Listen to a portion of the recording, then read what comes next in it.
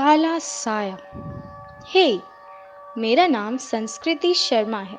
मैं 19 साल की हूँ और मैं दिल्ली में रहती हूँ। ये कहानी मेरी खुद की है और एकदम सच है।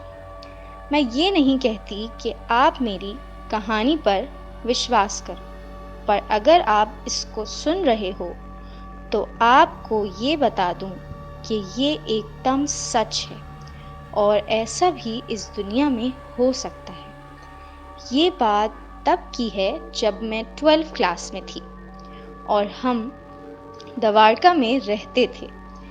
तब हम अपने न्यू हाउस में शिफ्ट हुए थे। वो घर सोसाइटी में था विद 3 बेडरूम्स, जिसमें मेरा बेडरूम ऊपर था स्टेयर्स चढ़ के।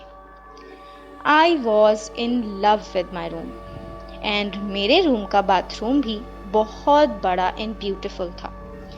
उस घर में शिफ्ट हुए हमें 1 वीक हो गया था एंड उस 1 वीक में मुझे कभी कुछ ऐसा फील नहीं हुआ।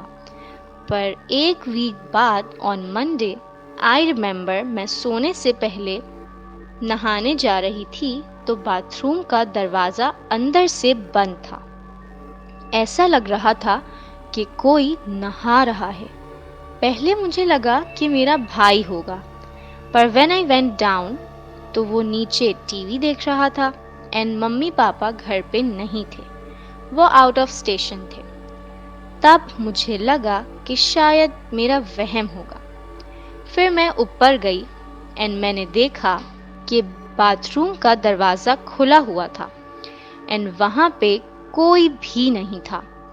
उसी रात जब मैं सो रही थी मेरी नींद खुली। मैंने टाइम देखा तो अराउंड 2:20 AM हो रहे थे। मैंने अपने साइड में देखा तो कोई ऊपर से नीचे तक ब्लैंकेट ओढ़ के सो रहा है। मुझे लगा रात को मेरा भाई डर के आ गया। तब मुझे नीचे से आवाज़ आई किचन में फ्रिज खोलने की।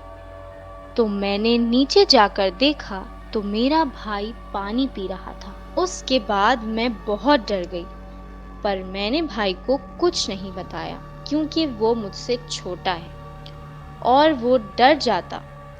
उसके बाद मैं उसके साथ नीचे ही सो गई, ऊपर गई ही नहीं। जब नेक्स्ट डे मॉर्निंग में मम्मी पापा आए तो मैंने उनको ये बात बताई तो उन्होंने बोला कि ये तुम्हारा वहम होगा। एंड मैंने ऊपर रूम में जाके देखा तो ऊपर कोई भी नहीं था एंड इवन बेडशीट बहुत साफ थी एंड मेरा ब्लैंकेट भी फोल्ड हो रहा था। तो मुझे समझ आ गई कि कुछ तो गड़बड़ है और मैं बहुत डर गई। उसके बाद मेरी लाइफ की वो रात आई जब मुझे सच का पता लगने वाला था। उस रात मैं सो रही थी, तब मुझे ऐसा फील हुआ जैसे मेरे बालों के साथ कोई खेल रहा है। मैंने एकदम से आंखें खोली तो कोई नहीं था। मैं बहुत घबरा गई थी। उसके बाद मैंने पानी पिया और मैं दोबारा लेट गई एंड जैसे ही मैं लेटी मुझे ऐसा लगा जैसे किसी ने मुझे पीछे से हग कर लिया हो।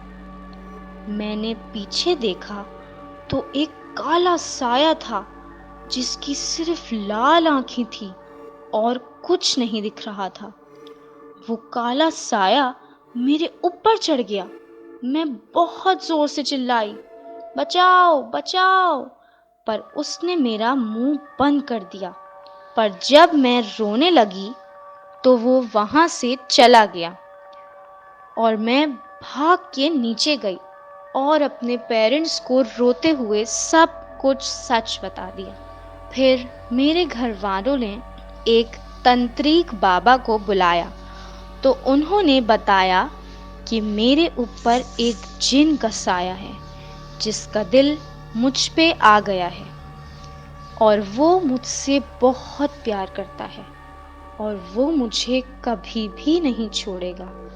पर जब मैंने तंत्रिक को बताया कि मेरे रोते ही वो चला गया था तो तंत्रीक ने बोला कि उसकी कमजोरी भी मैं ही हूँ और उसकी ताकत भी। वो मुझसे इतना प्यार करता है कि मेरी आंखों में आंसू तक नहीं देख सकता। तब उन्होंने एक क्रिया की और उस क्रिया में मुझे एक सर्कल के बीच में बिठा दिया और उस तंत्रीक ने अपने चारों तरफ एक सुरक्षा कवच बना लिया जिससे वो जिन उसका कुछ न बिगाड़ पाए। और फिर उस सर्कल को चारों तरफ से आग लगा दी। उस तंत्रीक ने पहले ही बोला था कि जिन को सिर्फ तुम खुद ही दूर कर सकती हो और कोई नहीं। मैं सर्कल में बैठी और आग लगाई गई। बहुत तेज हवा आई और मुझे किसी ने गोद में ले लिया, उस सर्कल से निकाल दिया, पर धुएं के कारण मैं थोड़ा बेहोशी की हालत में थी। तब उस जिन ने मुझे बोला कि मैं नहीं रह सकता तुम्हारे बिना, तुम्हें कुछ नहीं हो सकता। तब मैंने उसको बोला कि मैं मर जाऊंगी अगर तुम मुझे नहीं छोड़ोगे। एंड फिर उसे अपनी कसम दी कि उसको हमेशा के लिए जाना होगा। उस दिन के बाद से मुझे कभी भी ऐसा फील नहीं हुआ।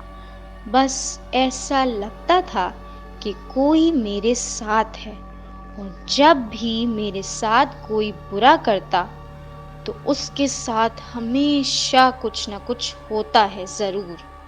उस जिन ने वापस कभी मुझे तंग नहीं किया, ना मुझे कोई परेशानी दी, पर हमेशा ऐसा लगता था कि वो मेरे आस-पास है। ये मेरी सच्ची कहानी है और ये कोई रोमांटिक स्टोरी नहीं है।